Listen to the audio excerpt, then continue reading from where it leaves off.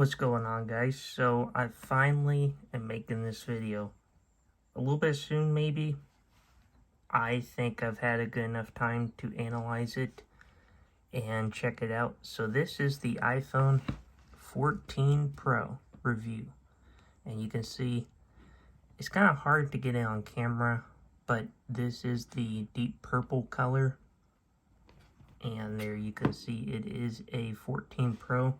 I got the 256 gigabyte variant option, so here it is. Did a trade-in with AT&T. As you can see, they are the carrier on this phone. And here's what I'm going to tell you about the 14 Pro. Although I can't really compare it to my 13 Pro because that's what I'm using to record up here. So first of all, the camera. I have some complaints with the camera. Now I'm going to go over here to this folder I made of pictures. Now you can't really tell because it's capturing it through the camera on my 13 Pro and you're looking at it on here. However, these are just some sample photos I took. Here was one at the aquarium. Here was one I took at Walmart, because the reason I took this photo is because, you know, now they are Total by Verizon, but they're still Total Wireless at least my Walmart. And then I took this picture of my cat before I started the live stream. I have a lot of problems with this camera, although I have gone into camera and I did turn on RAW, so if I turn that off, it will take the full 48 megapixel shoot, which it hasn't been, but it's just, this picture in particular is very washed out. This picture has a lot of color and detail, but when you go in real close, it starts to get blurry, which I wouldn't expect. You know, 48 new megapixel camera, I figured it would be better than that. And then there's this live photo that I took at the aquarium. I mean, it's okay. It's hard to take, you know, a picture of all kinds of fish, so I like the dynamic island. I really do. I'll show you something that you can do. Like, let's say you got a timer for 17 minutes. That's what I use when I cook my food in the oven. So let's say you got a timer going on, and let's say you want to listen to some music, and I'm going to turn it down because I do not want to get copyrighted. So let's say, I don't know, you were listening to the baby's new song, right? You go home, the song comes over here, the timer goes over here, and this is what I hate, okay? You press on it, it goes into the app, okay? You long tap it, it shows up the mini player. I don't know, maybe it's me. I think you should short press it and it should go into this menu, and then when you hold it, it should take you into the app. Just my personal opinion. I'm leaving the battery indicator on iOS 16 just because I like to see the percentage versus swiping down. And if I have it turned off and it's at like 50%, it looks less than 50%. So, but that's more of an iOS thing.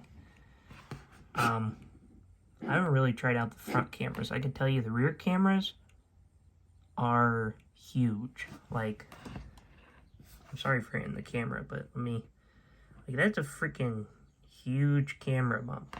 This one at the bottom is the biggest. I think it's the main camera. So you can already tell from me in the video.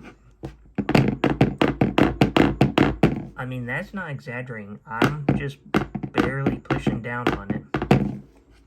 Is that freaking loud and heavy? Because I should turn off the song. I didn't even listen to it. I don't even know how it sounds. But like, and then, you know, if I did screen recording, which I can do that, it'll show up here, although I don't know if timer is really more important or not. I think it is, so it is nice it shows it here.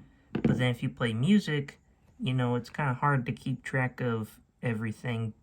You know, you gotta switch through them, unless there's like some kind of way to like filter through them, but if you got multiple things, I don't really see how you can look at them all at once. It's just not very, it's not very polished yet, I guess is what I'm saying, which I would expect from Apple, trust me. Let me go close all this out.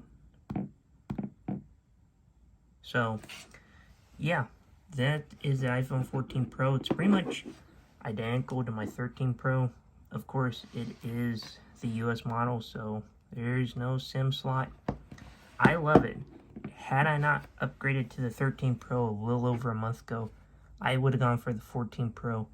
If you're using something like 11 generation or older, I would get one, but if you got the 12 series or the 13 series, I don't really think it's worth it, especially not 13. Maybe the 12, that's debatable. But yeah, it's a great phone, and I really like it.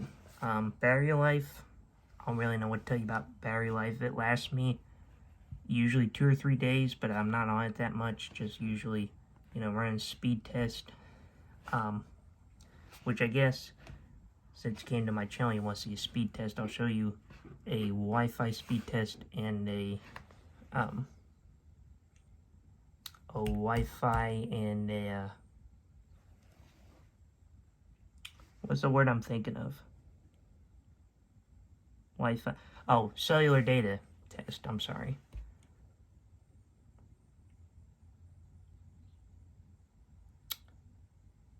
I'm wondering,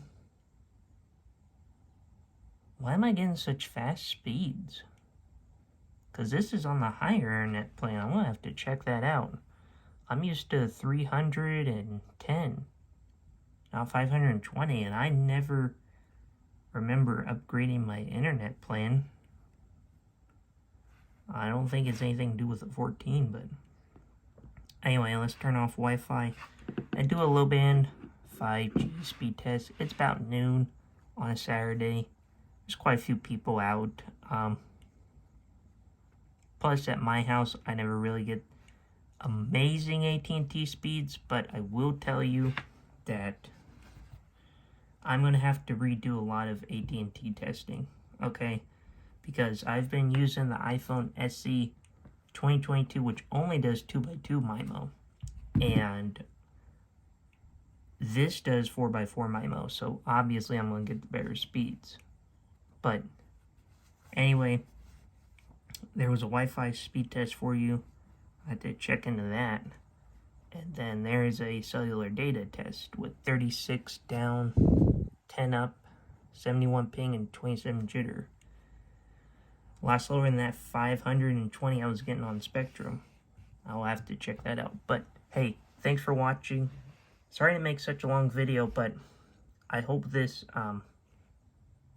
will let you decide, you know, is the iPhone 14 Pro worth it or is it not? So, yeah, thanks for watching, and I will see you guys in the next one.